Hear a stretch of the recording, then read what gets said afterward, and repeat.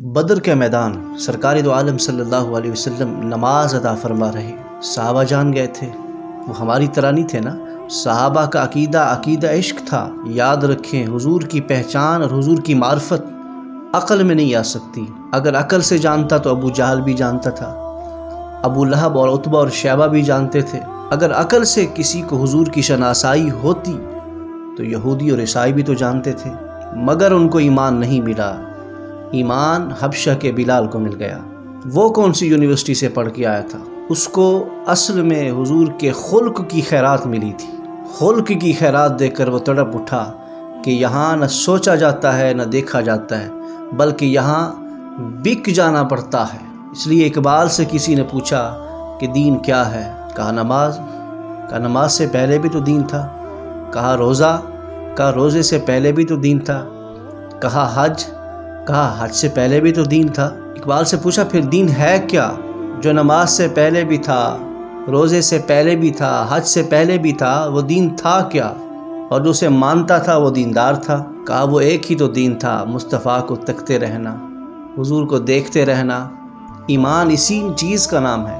اب صحابیت کی کیا تعریف ہے؟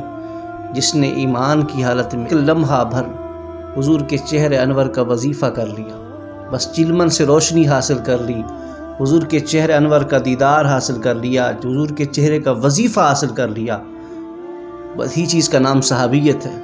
صحابی کوئی نماز اور روزے اور تسبیح سے نہیں بنتا، بلکہ صحابی نگاہ مصطفیٰ سے بنتا ہے۔ بس جیسے ہی اس نے حضور کے چہرے انور کو دیکھا، اس نے کائنات کی سب سے بڑی عبادت کر لی۔ اچھا، اس سے عبادات سے متنفر کرنا مقصود نہیں، بلکہ میں بتا رہا ہوں نماز جس کے صدقے سے ملی۔ یہ نماز کی ایک بات کرتا چلوں امام راضی کی نسبت سے۔ آپ فرماتے ہیں کہ حضور علیہ السلام نے ارشاد فرمایا نماز مومن کی معراج ہے۔ وہ کیسے؟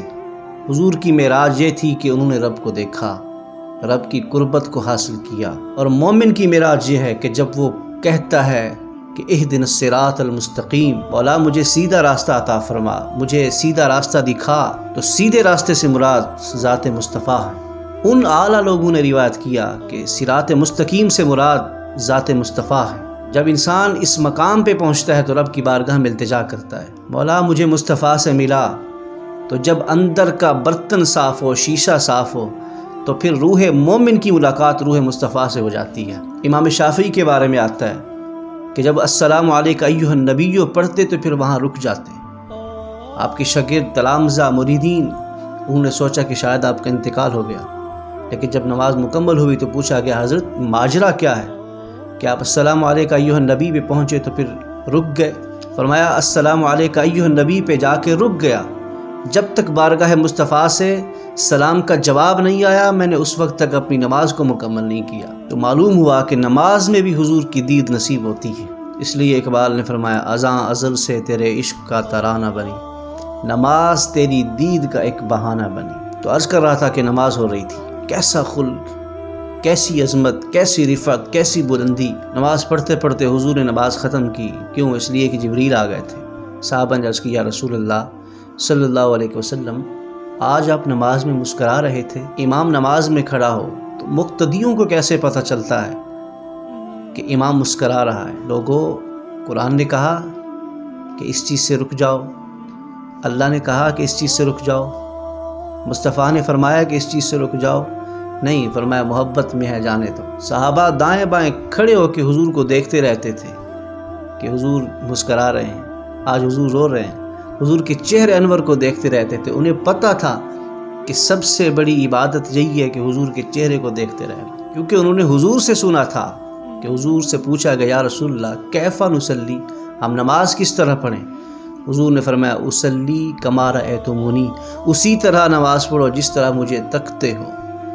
اب پتہ چلا کہ حضور کا خیال آنے سے نماز نہیں ٹوٹتی، بلکہ حضور نے مسئلہ ہی حل فرما دیا کہ جب تک مجھے دیکھو گے نہیں اس وقت تک تمہاری نماز ہی نہیں ہوگی۔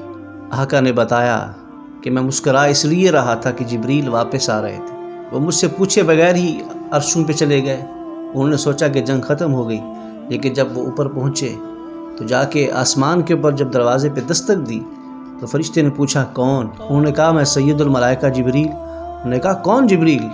میں اپنے انداز میں بتا رہا ہوں انہوں نے کہا میں فرشتہ ہوں، سید الملائکہ ہوں۔ انہوں نے کہا ٹھیک ہے، لیکن اللہ نے مجھے حکم فرمایا ہے کہ جب اب جبریل واپس آئیں تو انہیں کہنا کہ جن کے پاس تمہیں بھیجا تھا ان سے پوچھ کے آئے ہو، جن کے پاس تجھے بھیجا تھا کیا ان سے بھی پوچھ کے آئے ہو؟ آئے آئے، یعنی حضور مسکرا کے پوچھ رہے ہوں جبریل تجھے اب پتہ چل گیا، یہاں سے منظوری ہوگی تو تو آگے جائے گا نا۔ اب جبریل کو بھی بغیر منظوری کے جب وہ عرشوں پہ نہیں جا سکتا تو ہم بھی بغیر سنت اور شریعت اور اجازت مصطفیٰ کے ہم بھی جنت میں نہیں جا سکتے۔